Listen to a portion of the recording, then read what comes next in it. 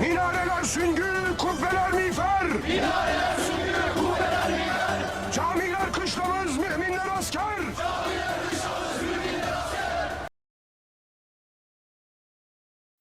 আসসালামু আলাইকুম রহমতুল্লাহ বারাকাতু। কারো নিকট সুলতান, কারো নিকট গাদ্দার, কারো নিকট খলিফা তো কারো নিকট হেকমতওয়ালা। বলতেছি এরদোগানের কথা। কিছুদিন পূর্বে আমি আমার পেজে একটা ভিডিও পোস্ট আপলোড করেছিলাম এরদোগানকে নিয়ে, যার ক্যাপশনটা ছিল এরকম, "একসময় জনমানুষের নেতা বর্তমান বিশ্ব নেতায় পরিণত হয়েছে।" ওই পোস্টের কমেন্টে বহুত বিরূপ এবং নেগেটিভ মন্তব্য আমি পেয়েছি এরদোগানকে নিয়ে, যেটা কয়েক বছর পূর্বে কল্পনাও করা যেত না। কিন্তু এরদোগানের রিসেন্ট টাইমের কাজকর্ম মানুষের মুখ থেকে এগুলো বের করিয়েছে তার ব্যাপারে। তো যাই হোক, আসলে আমরা আজকে জানতে চেষ্টা করব এরদোগান কি এই রিসেন্ট টাইমে মুনাফিকি করেছে নাকি সে আগে থেকেই এমন? এটা আমরা আজকে জানতে চেষ্টা করব। তো এরদোগানকে জানতে হলে বা বুঝতে হলে তুরস্কের ইসলামী রাজনীতির ইতিহাসটা আমাদের সংক্ষেপে বুঝতে হবে। তুরস্কের ইসলামী রাজনীতির কথা আসলেই যার নামটা সর্বপ্রথম উঠে আসে তিনি হলেন নাজিমুদ্দিন এরবাকান। যদিও আমাদের মধ্যে অনেকের একটা ভুল ধারণা আছে যে এরদোগান সর্বপ্রথম তুরস্ক ইসলামীকরণ করা শুরু করেন। কিন্তু এটা একটা ভুল ধারণা। বরং এই শুরুটা হয়েছিল নাজিমুদ্দিন এরবাকানের হাত ধরে। এবং যারা নাজিমুদ্দিন এরবাকান সম্পর্কে জানে তারাও একটা কথা বলে যে এরদোগান হলেন নাজিমুদ্দিন এরবাকানের ছাত্র। অনেকে আবার গর্বিত ছাত্র বলে থাকে। কিন্তু আমি বলি এরদোগান হলো নাজিমুদ্দিন এরবাকানের গাদ্দার ছাত্র। কেন গাদ্দার বলতেছি আপনারা সামনে বুঝতে পারবেন ইনশাআল্লাহ। তো নাজিমুদ্দিন এরবাকান মিল্লি গুরুশ আন্দোলন শুরু করেন, যেটা একটি সামাজিক আন্দোলন ছিল। এই আন্দোলনটা আলেমদের তত্ত্বাবধানে শুরু হয়েছিল। এরপর মিল্লি গুরুশ নাম দেওয়ার একটা কারণ ছিল তুরস্কে ইসলামী কোনো রাজনৈতিক বা সামাজিক আন্দোলন নিষিদ্ধ ছিল। তো এইজন্য এমন একটা নাম দেওয়ার দরকার ছিল যেটা ইসলামের দিকে যে নির্দেশ করবে এমনটা বোঝা যাবে না। এইজন্য তিনি মিল্লি গুরুশ সিলেক্ট করেছিলেন। তো মিল্লি গুরুশের অধীনে আলেমদের পরামর্শে তিনি একটি রাজনৈতিক দল প্রতিষ্ঠা করেন। যে রাজনৈতিক দলের নাম ছিল মিল্লি নিজাম পার্টি। তো নিজাম পার্টি প্রতিষ্ঠার পরপরই নিষিদ্ধ হয়ে যায়। এরপর তিনি প্রতিষ্ঠা করেন মিল্লি সালামেত পার্টি। মিল্লি সালামেত পার্টি প্রতিষ্ঠার পর তিনি ক্ষমতায় যান। কামাল আতাতুর্কের যে দলটা আছে, এই দলের সাথে জোট গঠন করে। জোট গঠন করে ক্ষমতায় যাওয়ার পর তিনি ডেপুটি হিসেবে নির্বাচিত হন। নির্বাচিত হওয়ার পর এখানে একটি বিরাট কাজ করেন। বিরাট কাজটি হলো যে বর্তমান যে তুর্কি সাইপ্রাসটা, এই সাইপ্রাসটা তিনি যুদ্ধ করে মুক্ত করেছিলেন। তো এর কিছুদিন পর তুরস্কের যে সেনাবাহিনী আছে তারা একটি সামরিক coup করে ডেপুটির বিরুদ্ধে। আর পৃথিবীর ইতিহাসে এটাই একমাত্র সামরিক অভ্যুত্থান যা কোনো ডেপুটির বিরুদ্ধে হয়েছিল। তো মিলি নিজাম পার্টি জোট সরকারের মাধ্যমে তিনি সরকারের ডেপুটি হওয়ার পর তিনি একটি উল্লেখযোগ্য বিরাট কাজ করেছিলেন। সেটা হলো বর্তমান যে তুর্কি সাইপ্রাসটা আছে সেটাকে যুদ্ধের মাধ্যমে তুর্কিদের অন্তর্ভুক্ত তিনি করেছিলেন। এরপর তার মিল্লি সালামেত পার্টিকে নিষিদ্ধ করে দেওয়া হয় এবং ডেপুটির বিরুদ্ধে সামরিক অভ্যুত্থান হয়েছিল। এটাই পৃথিবীর একমাত্র সামরিক অভ্যুত্থান যেটা ডেপুটির বিরুদ্ধে হয়েছিল। আর তার ব্যাপারে অভিযোগ ছিল তিনি রাষ্ট্রকে ইসলামীকরণের চেষ্টা করতেছেন। এরপর তার উপর রাজনৈতিক নিষেধাজ্ঞা আসে। রাজনৈতিক নিষেধাজ্ঞা আসায় তার তত্ত্বাবধানে মিল্লি গুরুশের চিন্তাধারা নিয়ে আরেকটি রাজনৈতিক দল প্রতিষ্ঠা হয়, সেটা হলো মিল্লি রাফা পার্টি। এই দলটাও পরবর্তীতে ক্ষমতায় আসে এবং তিনি প্রধানমন্ত্রীর দায়িত্ব পান। প্রধানমন্ত্রীর দায়িত্ব পাওয়ার পর মাত্র ১১ মাস ক্ষমতায় ছিলেন। এরপর তাকে পুনরায় আবার নিষিদ্ধ করা হয়। তো এই নিষিদ্ধের যে অনেকগুলো কারণ ছিল, এর মধ্যে একটা কারণ ছিল এরবাকানের ওই কবিতা বলা, যেটা আমরা প্রায় অনেকেই জানি। জোশ জেলে ওঠে তার যে ৪ লাইনের কবিতায়। তো নিষিদ্ধের অনেকগুলো কারণের মধ্যে একটা কারণ ছিল এরদোগানের যে কবিতাগুলো। আর এটা তো আছেই যে ইসলামীকরণ করার চেষ্টা করতেছে রাষ্ট্রকে। এরপর তিনি জেলে চলে যান। জেলে চলে যাওয়ার পর আরেকটা দল প্রতিষ্ঠা হয়, সেটা হলো মেইনলি ফজিলত পার্টি। তো ফজিলত পার্টিতে লিডার পার্টির যারা তারা সবাই ছিলেন। তো কিছুদিন পর ২০০১ সালের দিকে ফজিলত পার্টিকে নিষিদ্ধ করে দেওয়া হয়।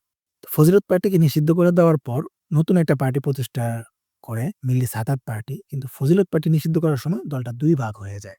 নিষিদ্ধ করার পূর্ব থেকেই ২ ভাগ হয়ে যাচ্ছিল। ২ ভাগের একটা ভাগ ছিল তরুণ। এই তরুণদের মাঝে ছিল আব্দুল্লাহ গুল এবং এরদোগান এবং আরেকটা দল ছিল যারা মিল্লি গুরুশের যে চিন্তাধারা সেটাকে লালন করত। তো তরুণদের যে অভিযোগটা ছিল, সে অভিযোগটা ছিল হলো যে মুরুব্বিরা তারা যে যুগের চাহিদা বুঝতেছে না। তো এরপর তারা নতুন একটা দল প্রতিষ্ঠা করে একেপি। একেপি দলটাই হলো যেটা মিল্লি গুরুশ থেকে ভাঙ্গন হয়ে এসেছে। একেপি যেই চিন্তাধারা বা তাদের যে রাজনৈতিক যে এজেন্ডা সেটা যদি আমি আপনাদেরকে একদম সহজ ভাষায় বলতে চাই, সেটা হলো মিল্লি গুরুশের যেই মতবাদ ছিল বা মিল্লি গুরুশের যে আদর্শ ছিল সেটা হলো ইসলামকে সামনে রেখে অন্যান্য কাজ করা।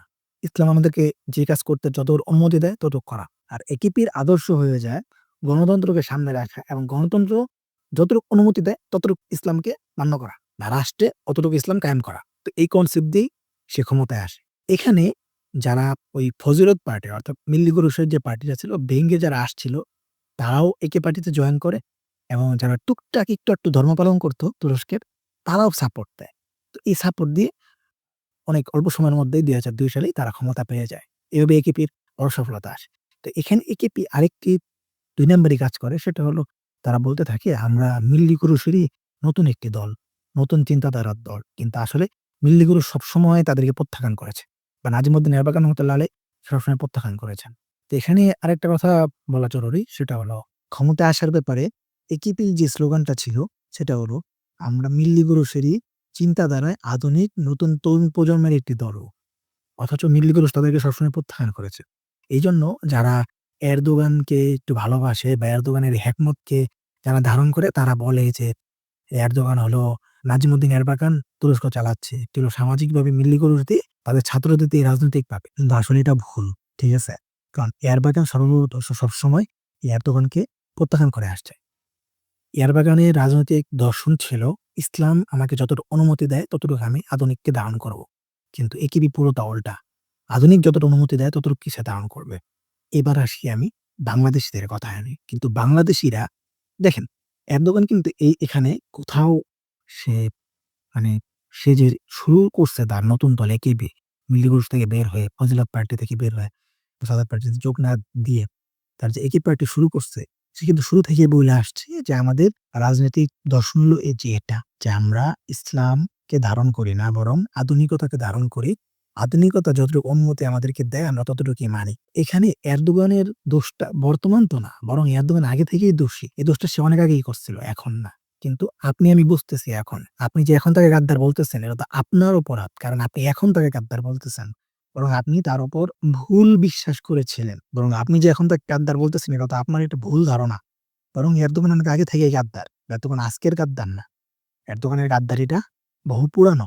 এরদোগানের গাদ্দারিটা বহু পুরানো। সে ২০০২ সালে গাদ্দারি করছে। আর যারা নাজিমুদ্দিন এরবাকানের ছাত্র বলে পরিচয় দেন, তারাও এখানে একটি খেয়ানত করে। খেয়ানত কিভাবে? যে তারা বলতে চায় যে নাজিমুদ্দিন এরবাকানের ছাত্র। এই এই বলে বাংলাদেশে যারা একটু ব্যাকডেটেড মানুষ, তাদের কাছ থেকে একটা সিম্প্যাথি আদায়ের চেষ্টা করে। কিন্তু আসলে তো এমন না। ৩য় কথা হলো যে এখানে আসলে আপনার আমার দোষ খুব কমই। অর্থাৎ এখানে সত্যি কথা বলতে সাধারণ মানুষের দোষ খুব কমই। এখানে আমাদের বর্তমান বাংলাদেশের গণ্যমান্য কিছু ওলামায়ে কেরাম বা ব্যক্তিবর্গ এরদোগানকে এই পরিমাণ হাইলাইট করেছেন। অনেকে তাকে সুলতান বলেছেন, অনেকে তাকে খলিফা বলেছেন, অনেকে উম্মার কান্ডারি বলেছেন এবং অনেকে বলেছেন যে তুরস্কের ইসলামী পুনর্জাগরণের স্বপ্নদ্রষ্টা বা নেতা। এভাবে পরিচয় করে দিয়েছেন। যার কারণে মানুষ অনেক বেশি আশার আলো দেখেছে তার মধ্যে। কিন্তু সে যখন হতাশ করেছে তখন মানুষ হতাশ হয়ে গেছে। কিন্তু আসলে তার রাজনৈতিক বিষয়টা এমন, সে এগুলা বলেই ক্ষমতায় আসছে। সে ইউরোপীয় ইউনিয়নে আ যোগ দিবে, এই প্রতিশ্রুতিতে ক্ষমতায় আসছিল। এখানে আসলে আপনার আমার ভুল না যতটুকু, তার চেয়ে বেশি জানার অজ্ঞতা আসলে বেশ। তো এরদোগানকে আমি সবসময় বলি নাজিমুদ্দিন এরবাকানের গাদ্দার ছাত্র। এটা বলার কারণই হলো যে সে মূলত গাদ্দারি করছিল।